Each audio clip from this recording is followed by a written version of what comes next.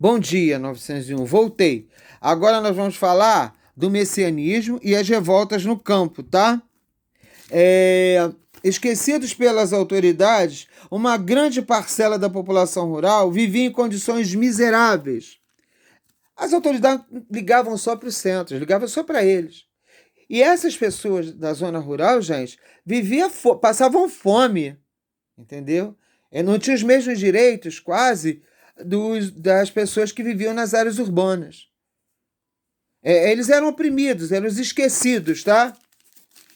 É, e com essas dificuldades sociais, surgiram os movimentos messiânicos, que pregavam a vinda de de um Salvador, para atender as agruras da população. Eles diziam que iam aparecer pessoas, o Messias, que iam ajudá-los, tá? E eles acreditavam fortemente nisso. E o primeiro a aparecer foi Antônio Conselheiro. Ele surge no Arraial de Canudos. E nós vamos ouvir sobre ele, tá? Durante séculos, a Igreja Católica manteve uma identidade muito conservadora. E as camadas populares, sobretudo as rurais, não se sentiam participantes dos rituais católicos. Vocês lembram que antigamente, né, as igrejas só privilegiavam os abonados, né? Os seus cordeiros, vamos colocar assim, que mais precisavam, estavam lá nas zonas rurais. E eles não davam muita atenção, tá? A religiosidade nesses locais estava relacionada às tradições, às representações e às personalidades vinculadas à vida cotidiana. Nesse contexto, surgiu a figura de Antônio Conselheiro, que criou discursos e práticas capazes de reunir e mobilizar milhares de pessoas em torno dos seus ideais. O que ele faz? Ele vê que essas pessoas estão abandonadas, tá? O Nordeste está lá jogado. Eles não veem solução para a vida deles. E ele começa a pregar que pode sim melhorar essas condições. Ele consegue incutir nas pessoas esse ideal de melhorar, esse ideal de lutar por melhorias de vida, tá? Por meio da pregação e em defesa da monarquia, Conselheiro e seus seguidores organizaram uma comunidade, Canudos, tá?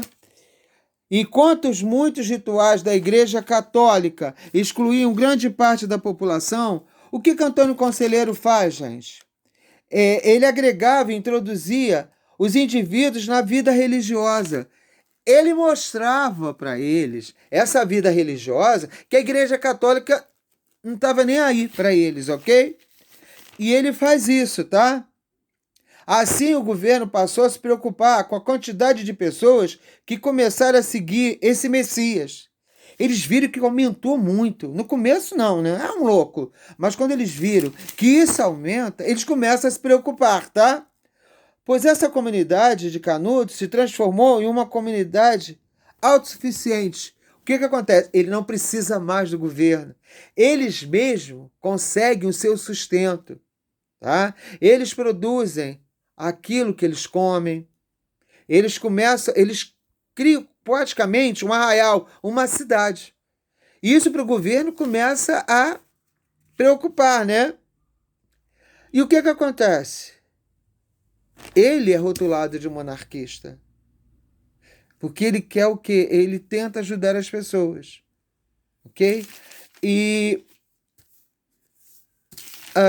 ele... O que acontece? E começa a se enviar tropas para lá.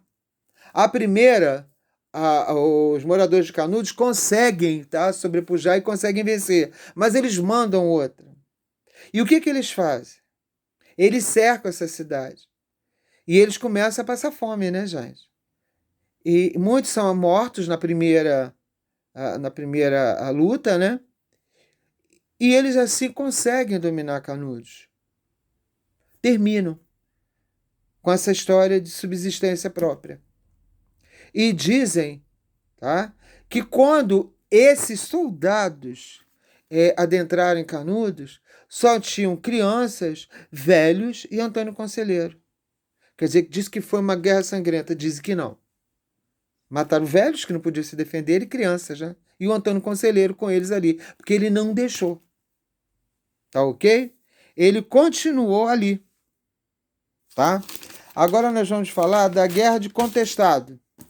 Essa guerra, gente, teve sua origem na doação de terras feitas pelo governo federal a uma empresa estadunidense para que ela construísse uma estrada de ferro e uma serraria na divisão entre Paraná e Santa Catarina.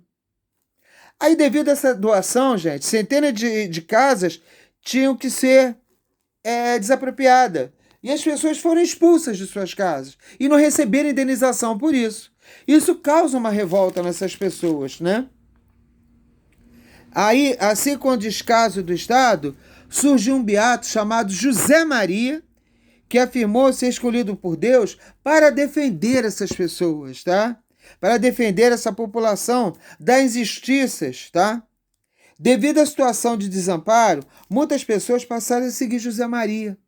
Eles estavam perdidos, eles não tinham mais como sobreviver, não tinham mais em que acreditar.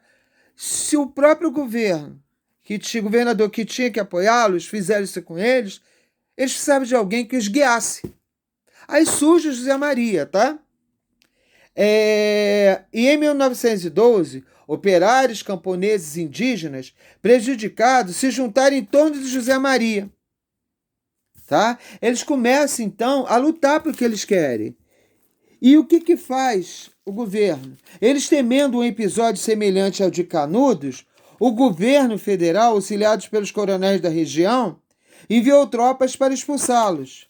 José Maria morre no confronto. Após diversas batalhas, os rebeldes foram derrotados.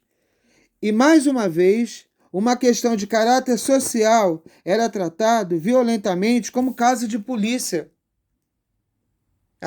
Eles só queriam, gente, a parte dele, o que foi tomado. Tá? Como diz aqui, de caráter social. Não tinha nada de querer roubar nem nada, não, gente. Eles só queriam viver de uma maneira honesta, tivesse seus direitos, ok? E então agora a gente vai fazer, gente, um breve balanço sobre isso aí, tá? Tá aqui no livro, na página 66. Eu vou ler e vou explicar.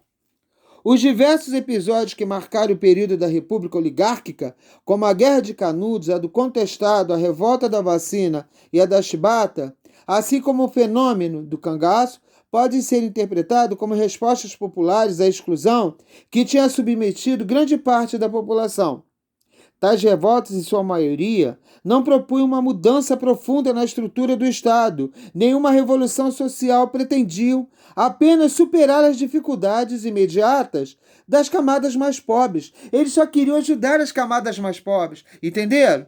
Eles só queriam isso. Eles queriam que todos tivessem direitos, tá? Direitos iguais. O de ir e vir, o de comer, o de praticar a sua religião, tá? Acabaram todas vencidas pelos representantes do Estado e dos setores privilegiados que faziam uso da força policial ou militar para manter as coisas como estavam. Porque para eles, tá? Para as autoridades, era mais fácil ficar como estava. Eles lá passando as agruras deles, mas não tentando intervir em nada, tá? Na década de 1920, surgiriam novos movimentos de contestação. Desta vez, tá? No entanto, isso vai ser no capítulo 5. O governo oligárquico, comandado pela elite agrária, sofreu sérias derrotas. Nós vamos trabalhar isso no capítulo 5, tá ok, gente? Agora eu vou passar uns exercícios e eu vou dividir, tá? Primeiro nós vamos falar sobre as revoltas e depois nós vamos falar sobre as revoltas messiânicas. Primeiro eu vou passar 5 exercícios sobre esse e semana que vem vão os 5 capítulos do restante da matéria, ok? Bom trabalho!